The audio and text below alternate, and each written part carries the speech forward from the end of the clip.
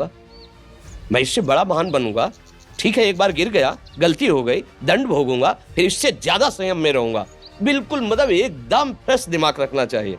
और अपने लोग क्या है, जरा सी बात में एकदम पछड़ा कर लेते हैं, एकदम कमजोर हो जाते हैं। ये बिल्कुल ठीक नहीं है। हम जीवन भर की यात्रा की बात कह रहे हैं, भारी से भारी कष्ट में भी मुस्कुराना, तो हमें बल मिला है, हमें भगवान की कृपा का दर्शन हुआ है, हमें उनका दुलार दिखाई दिया है।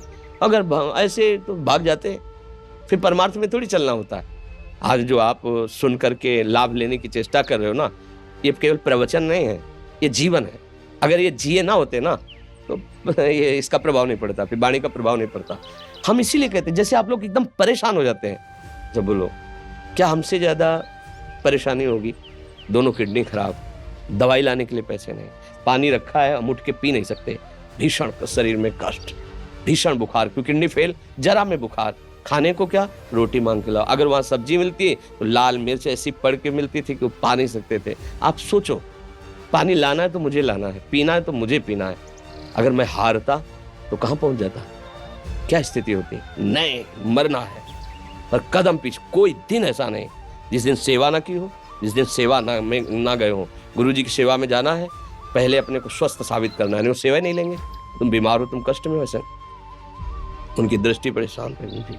सेवा की, आके लेट गए, फिर हिम्मत की, अपनी श्री जी की सेवा की, मधुकरी नहीं गए, 3-3 4-4 दिन भोजन नहीं गए, पर सेवा नहीं छोड़ा, दिनचर्या नहीं छोड़ी। और उसका प्रधान कारण संयम, ब्रह्मचर्य, भगवत आश्रय, नाम जप, कभी हारने नहीं दिया।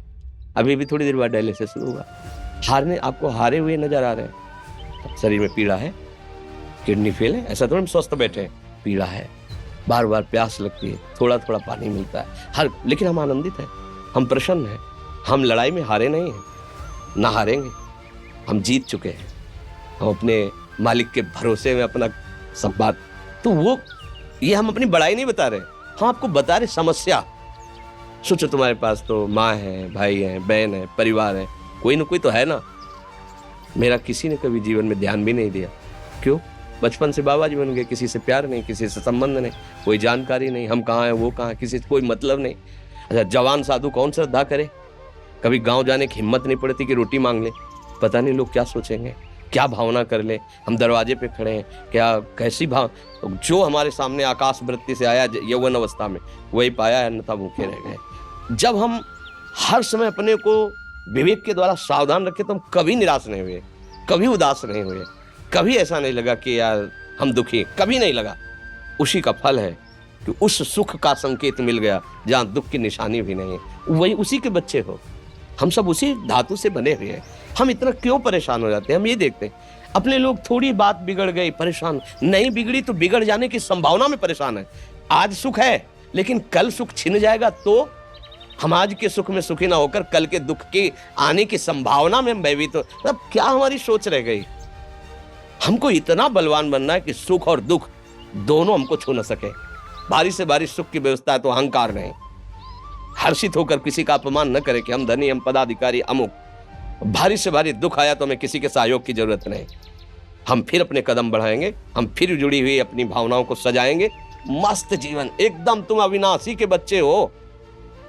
शेर का बच्चा भेड़ों के बीच में फंसकर म्यों म्यों बोल रहा है, बस अगर दहाड़ना सीख जाए तो कोई भी उसे परास्त नहीं कर सकता। ऐसे भगवद अंश, तू प्रपंच में फंसकर अपने को इतना दीन क्यों देख रहा है? तू ऐसा है कि भगवान के दिव्यास्त्र में भी ताकत नहीं तेरे को मार सके। तू अविनाशी का अविनाशी बच्चा है। विनाशी भोगों को, विनाशी शरीर को मैं मान के इतना भयभीत, इतना दुख, ठीक नहीं। ये सबके लिए, केवल एक के लिए नहीं। आप समझो, आप लोग सोचते हैं हम गृहस्थ होकर भला ऐसी स्थिति कैसे? जनक जी सुखदेव जी के गुरु हैं और राजा हैं, महल है, रानियां हैं, नौकर है, चाकर। क्या? सुखदेव जी जिनके शरीर में लंगोटी भी नहीं है, दिगंबर, परमहंस, परमहंस के गुरु हैं जनक जी जो राजा हैं। समझो, आप ऐसा ना सोचे कि हम नौकरी कर रहे हैं, हम संसार में, हम गृहस्थ हैं, हम आध्यात्मिक की ऊंचाई पर नहीं चढ़ सकते। नहीं, आप एक सरकारी नौकरी या आप किसानी या व्यापार करते हुए आप एक अध्यात्म की ऊंचाई में चढ़ सकते हैं। और अध्यात्म ही है जो तुम्हें इस माया के दुख सुख से ऊपर उठा सकता है। दूसरा, चाहे जितनी संपत्ति आ जाए, आप सुखी नहीं हो सकते। सब देख लो, आंख खोल के देख लो। अध्यात्म ही है जो तुम्हें हर कष्ट सहकर मुस्कुराकर जीने का रास्ता बता देगा कि आप आनंदित हो जाओगे। कुछ नहीं बिगड़ा, अध्यात्म है तो कुछ नहीं बिगड़ा, अध्यात्म नहीं है तो कुछ नहीं बना, कुछ हाथ नहीं लगने वाला।